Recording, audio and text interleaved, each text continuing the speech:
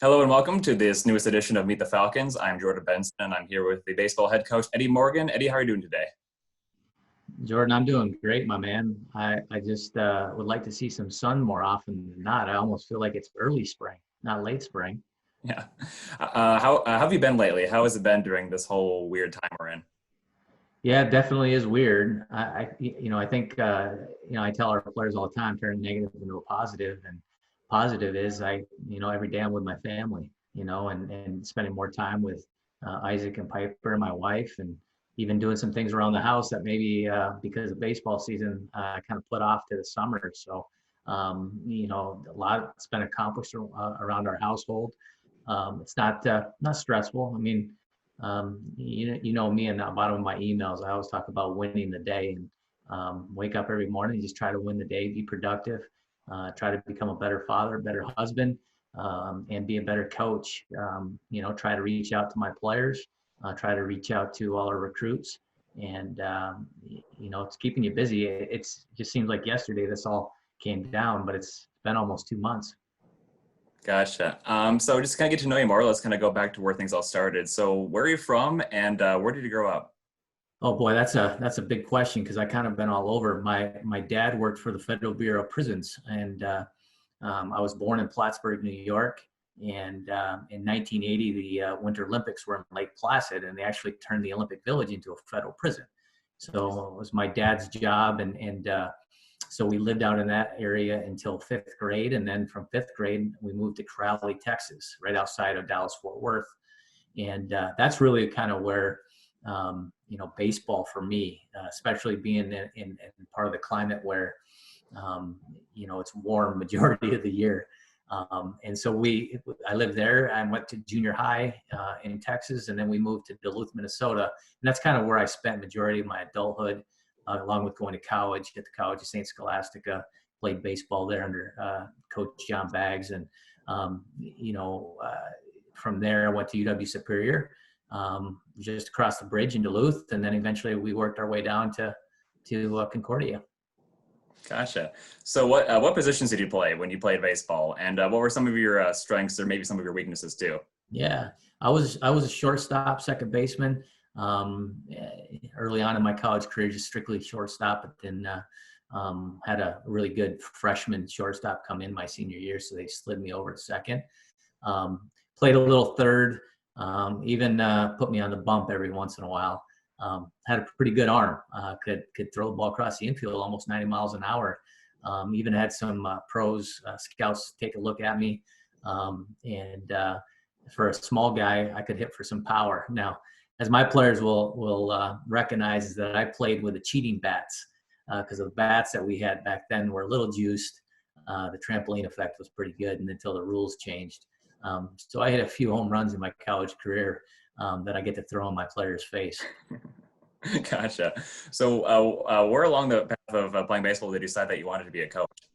Yeah, I think just I was fortunate and blessed to have some wonderful mentors and coaches in all different sports. So that was a three-sport athlete in high school. I played football, basketball, and baseball, and that really goes back to looking at all the coaches that I had and the relationships they had with me, and I just knew from early on that I was going to coach in something.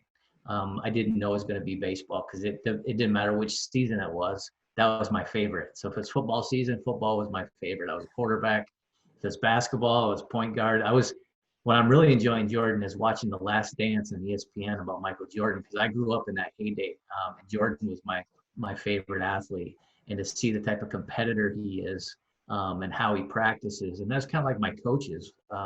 They really kind of got after it, and like I thought this would be really cool to be able to do this as a career and to get paid to coach. I'm pretty blessed and humbled that we have an opportunity to impact a lot of young men through sports. And because it happened to me and I was impacted through my coaches, I think that's kind of what God, created a path for me to become a coach so I can give back to what was given to me. Gotcha. So what was the path that led you to coaching at Concordia? Yeah, it was right after I got done playing at St. Scholastica. I was working as a counselor at a youth treatment facility in Duluth, and Coach Baggs, knew I kind of had a taste for coaching, and they had an opening and asked if I would be interested, and I said absolutely. And then an admissions counselor position opened up at St. Scholastica to allow me to be full time, and that's kind of where it started. I spent 6 years at Scholastica. I was kind of all over the admissions office. I was started off as a counselor, but then I became the assistant director of admissions and director of orientation at the college. I knew that would help me recruiting to get that background and that experience. At the same time, the college allowed me to coach as well. So 6 years there, and across the bridge in Superior. Happened to be a hockey coach at St. Scholastica, knew the athletic director really well at Superior, and put my name in, and interviewed for it and ended up getting the job. And it was kind of a great fit because they were looking for, they were in transition with the director of admissions. And so when they hired me, I was also the interim director of admissions at UW Superior, along with a full-time baseball coach. So that year was something else. We had our firstborn, Isaac. It was quite busy that first year at Superior, and I took over the program that was like 3-36 the year before. So I had a lot of work to do on that, and trying to build a freshman class for the university. So it was quite something. So spent 6 years there, but the whole Concordia thing kind of came down.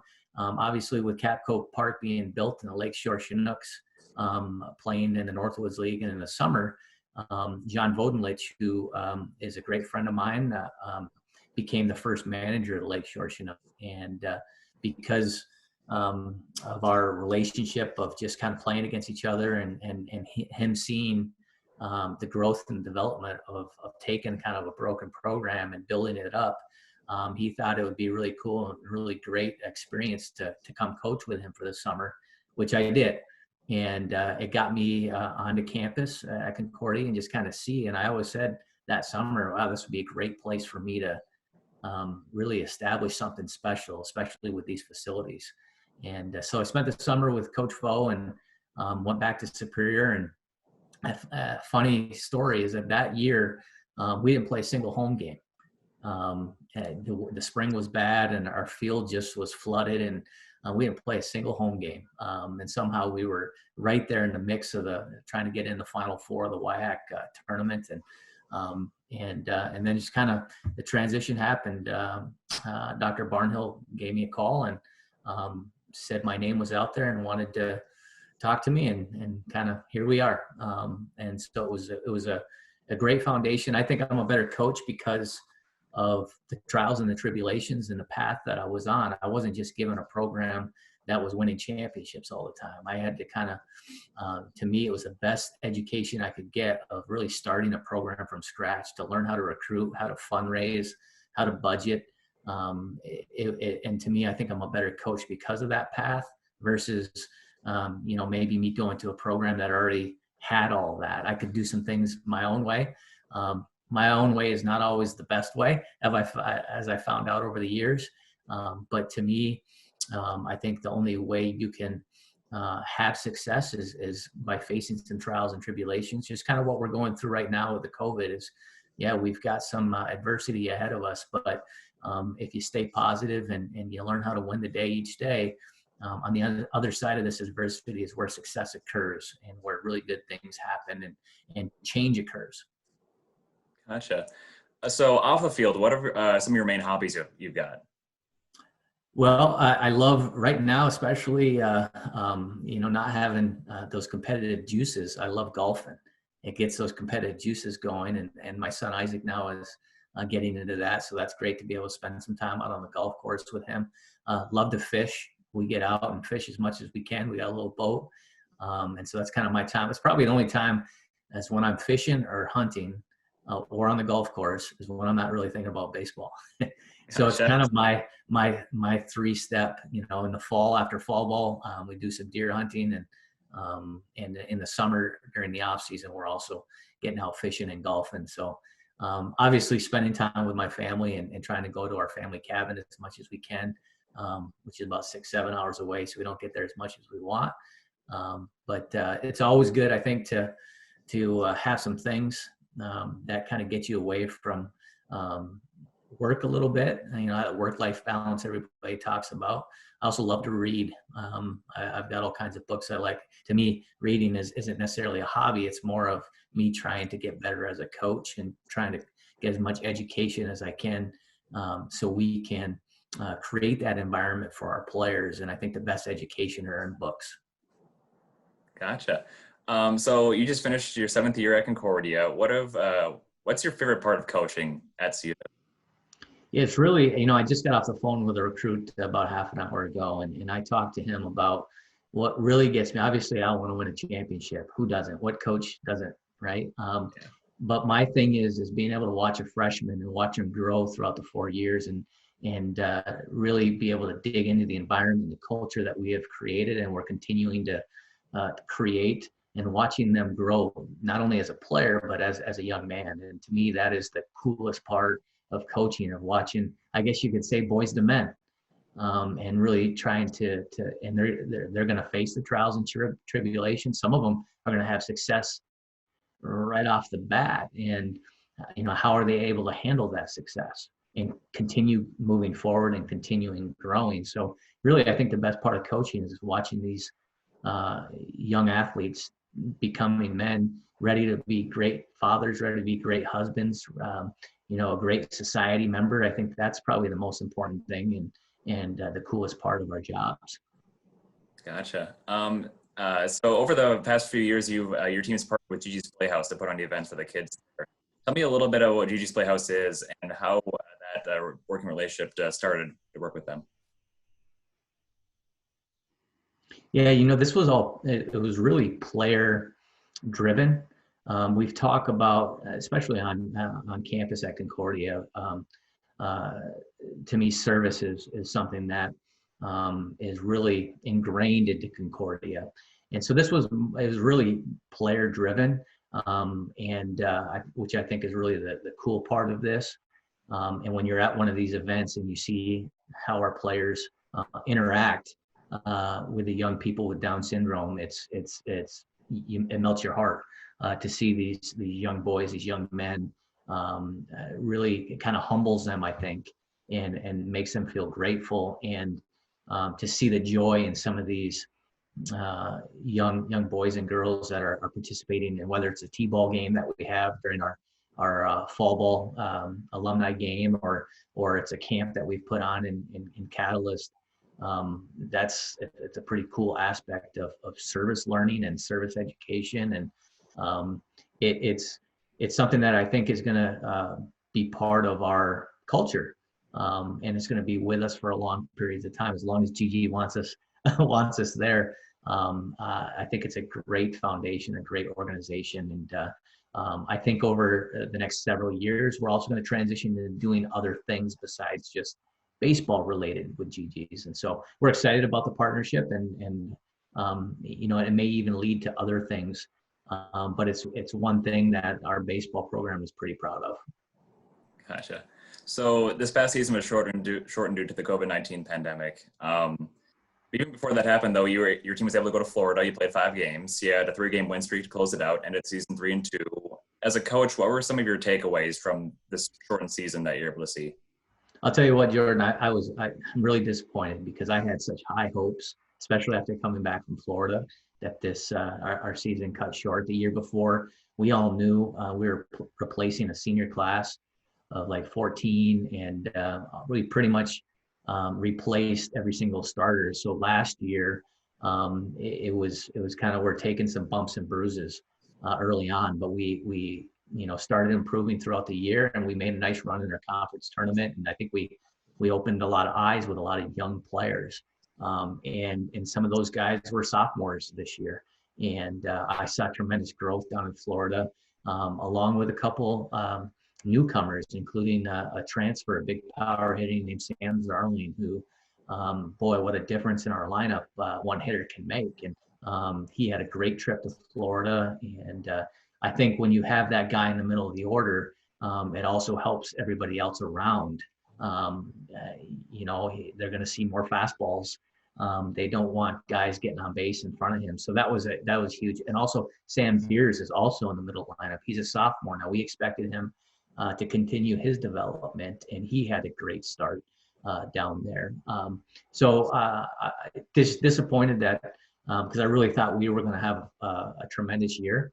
But talk about once again turn a negative into a positive, and hopefully our guys, and I'm pretty confident they are, they understand that, wow, I guess I don't have as much time as I thought playing this game, and a lot of them now are just trying to be creative with their workouts to try to make sure that next year it'll be even a bigger year than this year would have been. So real excited about our future, and even some of the new recruits that have committed and we've got coming in.